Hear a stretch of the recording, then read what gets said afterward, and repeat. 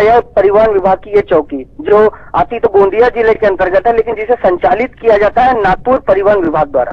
आपको बता दें यहाँ पर तैनाती जो इस रूप से की जाती है कि किसी एक अधिकारी को गढ़चिरौली से, किसी को भंडारा से, किसी को नागपुर से और किसी को गोंदिया से तैनात किया जाता है। और इन सभी अधिकारियों को का काम होता है कि आने जाने वाले वाहनों की सुरक्षा का भी ध्यान रखे और इन पर आने वाले ओवरलोड वाहनों पर ध्यान रखते हुए राजस्व का वसूली करे। लेकिन यहाँ जैसे कि हमने साफ तौर पे पुख्ता सबूतों के साथ यहाँ सबके सामने पेश किया है नया जी कि यहाँ अवैध तरीके से नरेंद्र, मैं आपको यहाँ पर रोकना चाहूंगी। जो सारी चीजें आपने बताई है, खुद गुलाब राव जी जो कि परिवहन राज्य मंत्री हैं, उन्होंने भी हमें बताया कि एक चौकी की क्या जिम्मेदारी होती है, वहां पर तैनात पुलिस कर्मियों की क्या जिम्मेदारी होती है।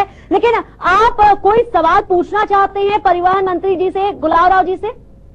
जी बिल्कुल, मंत्री जी से यही सवाल है कि इतनी बड़ी धांधली, एक तरफ भ्रष्टाचार के निर्मूलन के लिए सारे देश में ये हो रहा है, लेकिन यहाँ जो परिवहन विभाग जो इतना खुले तौर पर मनमानी कर साफ तौर पर अवैध वसूली करता है, तो इसके पीछे बताया जाता है कि ओडो के अनुसार सब में ये कमाई बांटी जाती है अधिकारियों में, और जबकि मुख्यमंत्री के हाथ में खुद परिवहन मंत्रालय की कमान है। माननीय बिल्कुल, गुलाब राव जी हमारे साथ बने हुए हैं। गुलाब राव जी, यहाँ पर जब इस रिपोर्ट को पूरी तरह से कवर किया गया, लोगों से पूछताछ की गई, तो ये जानकारी चैनल वन न्यूज को मिली है कि जो भी ये काली कमाई सुरक्षा बल करते हैं, पुलिस वाले करते हैं, तमाम ओहदों में बांटी जाती है, ऊपर से लेकर नीचे तक इन पैसों को बांटा जाता है। कितनी सच्चाई है इस बात में?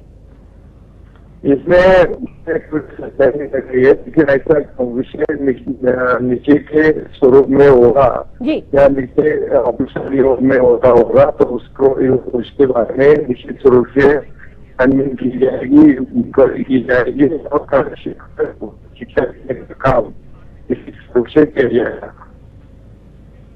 बिल्कुल, जिस तरीके से लगातार गुलाब राव जी हमारे साथ बने हुए अपने दर्शकों को हम बता दें कि खुद मुख्यमंत्री के पास, महाराष्ट्र के मुख्यमंत्री के पास परिवहन विभाग की जिम्मेदारी है और इस रिपोर्ट को और इस खुलासे को जो चैनल वन न्यूज अपने दर्शकों को दिखा रहा है, इसे देखने के बाद अब आम जनता समझ चुकी होगी कि कितना भ्रष्टाचार परिवहन विभाग में भी व्याप्त है, जिसकी जीती जागती तस्वीर यहाँ महाराष्ट्र और छत्तीसगढ़ बॉर्डर पर देखने को मिल रही है। गुलाब राव जी, आखिरी सवाल मैं यहाँ आपसे करना चाहूंगी। जनता आपको सुन रही है, जनता को अभी भी विश्वास है कि परिवहन विभाग बढ़ते भ्रष्टाचार को रोकने के लिए जरूर कदम उठाएगा। महाराष्ट्र छत्तीसगढ़ बॉर्डर की चौकी पर यह सब कुछ हो रहा है। इस रिपोर्ट को देखने के बाद अब आपकी प्राथमिकता क्या होगी? क्या कुछ कदम आप उठाएंगे इस बढ़ते धंधे को रोकने के लिए?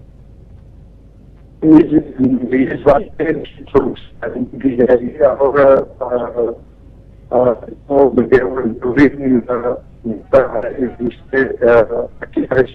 जाएगा और के बाद जो भी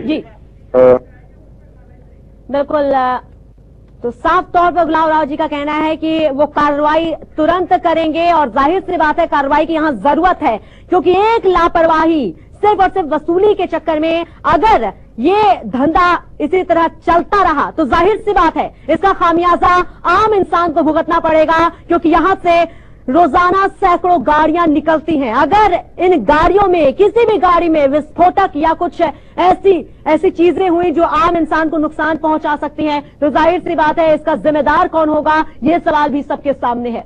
तो हमारी सुरक्षा की जिम्मेदारी निभाने वाले इन पुलिस कर्मियों का पूरा ध्यान सिर्फ वसूली करने में है, वो भी तब जबकि हाल में ही हुए मुंबई बम ब्लास्ट ने पूरे देश को झकझोर कर रख दिया है।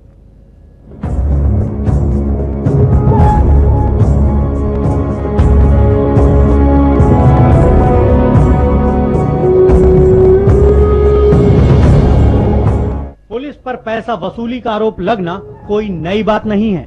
इससे पहले भी चैनल वन न्यूज ने पुलिसिया वसूली का कई बार पर्दाफाश किया है, लेकिन जिस तरह से यहाँ पर गुंडों के साथ मिलकर ट्रक ड्राइवरों से जबरन वसूली का गोरख धंधा चल रहा है, इसको देखकर यही कहा जा सकता है कि महाराष्ट्र पुलिस अपना फर्ज पूरी तरह भूल चुकी है।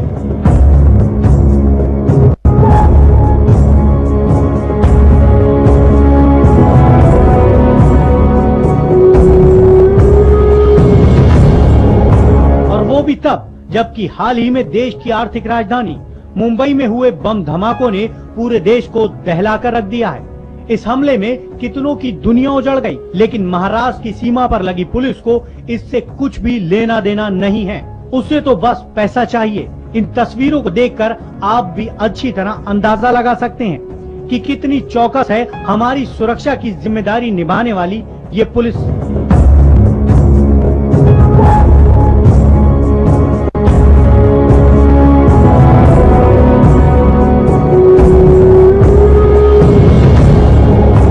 कोई भी आतंकवादी बड़ी आसानी से पैसा देकर घुस सकता है और अपने नापाक मंसूबों को अंजाम दे सकता है। जहां तक बात है सरकार की, तो नेताओं की सुरक्षा में तो कोई चूक नहीं होती, इसलिए उन्हें भी वसूली का धंधा नजर नहीं आता।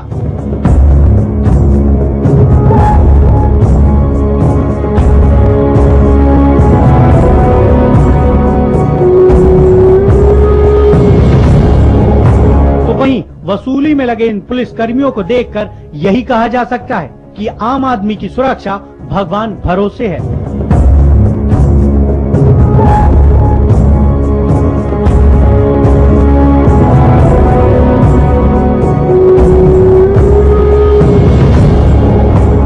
रिपोर्ट के साथ अमित सिंह, चैनल 1 न्यूज।